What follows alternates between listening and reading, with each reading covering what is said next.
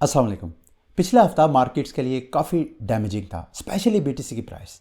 BTC की price ने अपनी जो 2 महीने की एक टाइट रेंज थी उसको ब्रेक किया और बीटीसी की प्राइस अपनी 200 वीक की मूविंग एवरेज लाइन को करीब करीब टच करने वाली थी।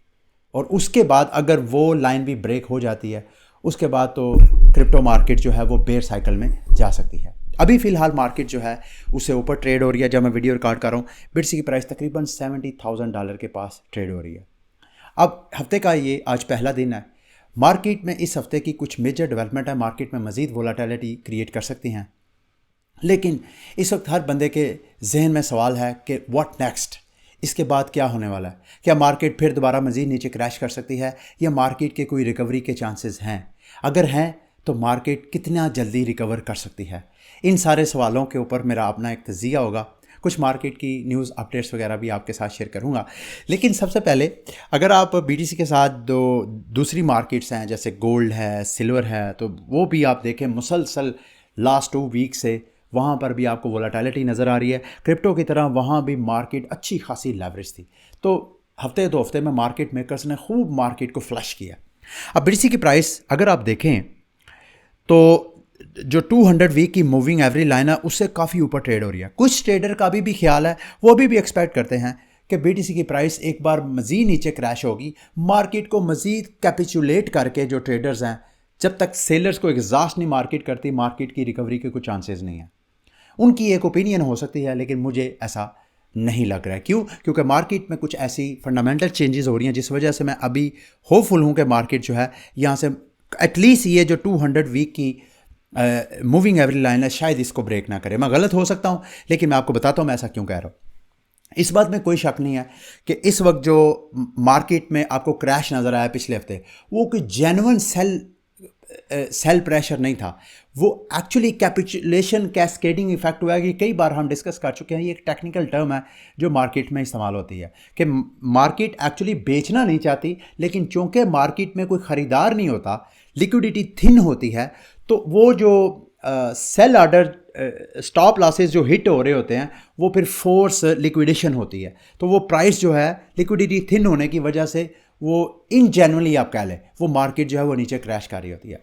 अब सिचुएशन क्या है अगर आप देखें, मैं आपको जो करंट मार्केट के जो प्लेयर्स हैं जो मार्केट को स्टेबिलिटी दे रहे हैं, जिन्होंने मार्केट को पंप किया था, वो बीटीसी की प्राइस पे अगर आप देखें तो ईटीएफ बायर्स हैं। यानी व्हाट्स अगर मैं गलत नहीं हूँ तो जनवरी 2024 में जब अमेरिका में ईटीएफ अप्रूव हुआ तो उसके बाद से लेके अभी तक जो ईटीएफ कंपनीज ने बीटीसी मार्केट से उठाया करीब करीब वो कोई 88 बिलियन डॉलर की अमाउंट का बीटीसी है। और वो इस वक्त उनकी जो एवरेज बाइंग प्राइस है वो तकरीबन एवरेज बनती है कोई 84,000 के करीब, और बीटीसी की प्राइस तो उससे बहुत नीचे ट्रेड हो रही है। अगर वो इस वक्त सेल करते हैं, it does not make sense. क्या वो कैपिचुलेट करेंगे? क्या वो अपने आप को मतलब नुकसान में सेल करेंगे? I don't think so. मेरा ख्याल है ये जो मार्केट क्रैश की है ये थिन लिक्विडिटी की वजह से की है। वो सेल नहीं करना चाहते, वो लॉन्ग टर्म होल्डर्स हैं। और हाँ, इस बात में भी कोई शक नहीं है, थोड़ी सी कैपिटल रोटेशन ज़रूर हुई है गोल्ड सिल्वर मेटल्स की तरफ। वो कैपिटल रोटेशन अब आपको थोड़ा सा रुकती नज़र आ रही है। तो ये भी एक वजह है। मैं नहीं समझता मार्केट यहाँ से मज़ीद नीचे क्रैश करेगी। हाँ, इस बात में भी कोई शक नहीं है कि मार्केट क्विक रिकवरी नहीं कर सकती है। मार्केट को आप रिकवरी करते कुछ टाइम लग सकता है। ये जितना पुल बैक किया है मार्केट ने, ये पुल बैक जो है वो हफ्तों लगेंगे इसको दोबारा वापस आते हुए, अनटिल कोई सडन कोई ऐसी पंप वाली मूवमेंट नहीं बन जाती कि मार्केट एकदम फिर दोबारा पंप होना। Otherwise short term time frame में मार्केट जो है मज़ीद आपको बोर करती हुई नज़र आ सकती है। मज़ीद जो है कभी ऊपर कभी नीचे, और इस तरह ऊपर नीचे कोई बड़ा बाय ऑर्डर आया तो आप शार्ट्स को लिक्विडेट करेगी, बड़ा जो है वो सेल ऑर्डर कहीं से आ गया लिक्विडिटी थिन होने की वजह से फिर आपको दोबारा नीचे जो बायर्स हैं जो लॉन्ग ट्रेडर्स हैं उनको लिक्विडेट करती हुई नज़र आएगी। और इसी तरह अगर आप माइकल सेलर, ये जो ट्रेजरी कंपनीज हैं, उनकी एवरेज बाइंग प्राइस से भी नीचे इस वक्त बीटीसी की प्राइस ट्रेड हो रही है। तो सेलर्स तो ऑलरेडी मेरा ख्याल एग्जॉस्ट हो चुका है। ये इस वक्त मार्केट ने अगर यहाँ से मार्केट मज़ीद नीचे क्रैश करती है तो सिर्फ लेवरेज को फ्लश करने के लिए करेगी। तो लेवरेज $10,000 की प्राइस का बड़ा गैप है। आई डोंट थिंक सो कि प्राइस को यहाँ इससे नीचे दोबारा $60,000 की प्राइस को टच करना चाहिए अनटिल अनलेस कोई और मेजर सेल कोई इवेंट नहीं हो जाता इस तरह का, ठीक है। और इसके अलावा इस हफ्ते की जो मेजर अपडेट है जिसके ऊपर आपको नज़र रखनी चाहिए वो है CPI डाटा। और CPI डाटा आपको पता है मार्केट में वोलेटिलिटी क्रिएट करता है, तो उस वजह से मार्केट आपको पंप और डंप हो सकती है, वो उसके ऊपर आपने नज़र रखनी है। और इस हफ्ता वैसे मैक्रो डाटा काफ़ी आना है। एक और चीज़ मैं देख रहा था, अगर आप देखें ब्लैक रॉक, इस वक्त भी ब्लैक रॉक के जो अकाउंट में तकरीबन 81 बिलियन का BTC है। ये सिर्फ एक ETF है और ये सारा इनकी एवरेज प्राइस मैं आपको बता चुका हूँ। तकरीबन सारी कंपनीज की कैमुलेटिव जो है वो 84,000 और 88,000 की रेंज में इनकी एवरेज बाइंग प्राइस बनती है। तो ये तो नहीं नुकसान में सेल करेंगे ना, ये तो लॉन्ग टर्म सेल करना चाहते हैं। एक चीज़ जो मार्केट को पंप कर सकती है उस पर हमें ज़रूर फोकस करना चाहिए, वो है मेरे दोस्तों भाइयों, एक तो कोइनबेस का जो प्रीमियम इंडेक्स है, दूसरे लफ्ज़ों में कि अमेरिकन जो बायर्स हैं वो जो रेस्ट ऑफ द वर्ल्ड है, जो प्राइस का डिफरेंस है उसको कोइनबेस प्रीमियम बोलते हैं। यानी अगर प्रीमियम पॉजिटिव में है तो इसका मतलब यह है कि यूएस जो इन्वेस्टर हैं, इस वक्त आपको पता है मार्केट यूएस ड्रिवन ही है, तो यूएस इन्वेस्टर जो है वो ज़्यादा पैसे दे के उठा रहा है। और अगर ये जो प्रीमियम है नेगेटिव में हो तो इसका मतलब है यूएस जो है इस वक्त सेलर है, रेस्ट ऑफ द वर्ल्ड जो है वो बाय कर रहा है। तो इस वक्त वो भी दोबारा अगर आप देखें ये मार्केट जो क्रैश हुई है पिछले हफ्ते, इसमें ये भी प्रीमियम भी स्पाइक कर गया। यानी अब जो यूएस इन्वेस्टर है वो प्रीमियम यानी एक्स्ट्रा पैसे पे करके तो वो मार्केट से BTC उठा रहा है। तो ये एक तरह का बुलिश इंडिकेटर मैं देख रहा हूँ शॉर्ट टर्म प्राइस के लिए। दूसरा 13 तारीख को, अगर मैं गलत नहीं हूँ, नहीं सॉरी 10 तारीख को, यानी कल वाले दिन अमेरिका का जो 10 तारीख है, वाइट हाउस यानी अमेरिका की जो ट्रंप मैनेजमेंट है वो दोबारा इन बैंकों को और जो वहाँ की क्रिप्टो टेक कंपनीज हैं उनको आपस में बैठा के तो वो कहेंगे जनाब जो भी है यहाँ पे सेटलमेंट करो। मैंने आपको पिछले महीने बताया था कि मोस्ट लाइकली मिड फेब में जाके ये क्रिप्टो स्ट्रक्चर बिल भी फॉर्म हो जाएगा, जो कि मार्केट के लिए, मैं नहीं बल्कि सारे जितने मार्केट के एनालिस्ट हैं वो यही कह रहे हैं कि ये मार्केट के लिए बहुत बुलिश इंडिकेटर हो सकता है।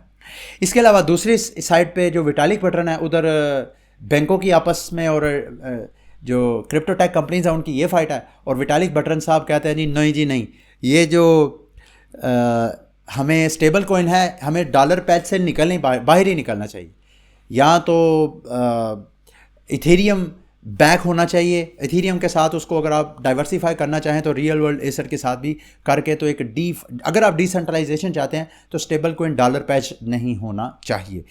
इसके अलावा जी बिट हम पे एक इंटरेस्टिंगली एक छोटी सी ग्लिच आया, और ग्लिच भी एक ह्यूमन एरर की वजह से आया। उस पर जनाब तकरीबन उन्होंने कोई 44 बिलियन का ऑन पेपर बिटकॉइन जो है वो खुद बना लिया। वैसे तो बिटकॉइन कोई भी प्रिंट नहीं कर सकता, लेकिन ऑन पेपर जो है इन एक्सचेंजेस के पास ऐसी कैपेबिलिटीज़ होती हैं इनके सॉफ्टवेयर में कि आप बिटकॉइन की चेन के ऊपर ही एक लेयर में जो मर्जी कर सकें। तो इन्होंने जनाब वो हुआ, उस बहरहाल तकरीबन इनका जो लॉस हुआ है इस छोटी सी मिस्टेक की 2.2 मिलियन का लॉस हुआ है, बाकी इन्होंने क्विकली जो है वो रिकवर कर लिया। डिटेल मैंने अपने एक्स पे आपके साथ शेयर कर दिया। इसके अलावा AIXBT ने 2 टोकन आपको इस क्रैश में बाइंग करने के हवाले से एक तरह की सिग्नल दिया है। एक है हीलियम का और दूसरा है फाइलकॉइन। उन्होंने कहा जी हीलियम जो है अपनी जो इस वक्त डिफ्लेशनरी टोकन हो चुका है, और इसका ये जो डीप इन प्रोजेक्ट्स हैं इनमें ये वाहिद प्रोजेक्ट्स है जो बाकायदा रेवेन्यू भी जनरेट कर रहा है, नंबर 1 प्रोटोकॉल है। और अगर हम इसको देखें वैल्यूएशन के हिसाब से तो 18% गैप है इसकी वैल्यूएशन में। तो अगर आप करना चाहें एक्सप्लोर तो इसको भी आप एक्सप्लोर कर सकते हैं। इसके अलावा बाइनांस के वॉलेट पे ट्रिया जो है, मैंने आप पिछले दिनों एक वीडियो बना के आपके साथ शेयर किया था, न्यू बैंक वो कार्ड वाला, उन्होंने बाकायदा अपने टोकन रिवार्ड वगैरह कर दिए हैं। तो इनकी फ्यूचर के ऊपर टोकन लिस्ट हो गया है। सैडली टोकन की प्राइस कोई इतनी इंटरेस्टिंग नहीं है, कोई 1-2 सेंट के करीब ये ट्रेड हो रहा है फ्यूचर मार्केट में। और आप लोग अपना, अगर आप ट्रिया पे एक्टिव हैं तो जाके चेक करें आपको कितने टोकन मिले हैं, बल्कि मुझे वीडियो के नीचे बताएं कि आपको टोकन ट्रिया ने कितने दिए हैं रिवार्ड के तौर पे, ठीक है। इसके अलावा मेगा ईथ ने अपनी जो है ICO वो कैंसिल कर दी। खबरें श्योर नहीं है, पहले सुना था डिले कर दिया है, अब ये मुझे मज़ीद खबर आ रही है कि उन्होंने टोकन सेल ही कैंसिल कर दिया, और अब वो इथीरियम की जो ईथ है उसी को एज अ गैस फीस अपने चेन के ऊपर यूज़ करेंगे, ठीक है। इसके अलावा इस हफ्ते के जो मेजर अनलॉक है, कॉनेक्स का टोकन जो है 51% अनलॉक होना है। अगर आपकी इसके ऊपर पोजीशन है तो बी वेरी केयरफुल। एवलांच का टोकन होना है अनलॉक, एप्टोस का और स्टॉकनेट का 2.4% उसकी स्टॉकनेट के टोकन की सप्लाई भी अनलॉक होनी है। और लास्ट में जाते जाते जी एजेंट्स जो हैं ये अब बाकायदा रियल पीपल को हायर कर रहे हैं रेंट पे, और रेंट आ ह्यूमन नाम की एक मार्केट प्लेस भी उन्होंने कर दी है। ठीक है, ये थी मेरी आज की वीडियो। उम्मीद है मेरी ये वीडियो आपके लिए इन्फॉर्मेटिव रही होगी। अगली वीडियो तक के लिए मुझे इजाज़त दें। अल्लाह हाफिज़।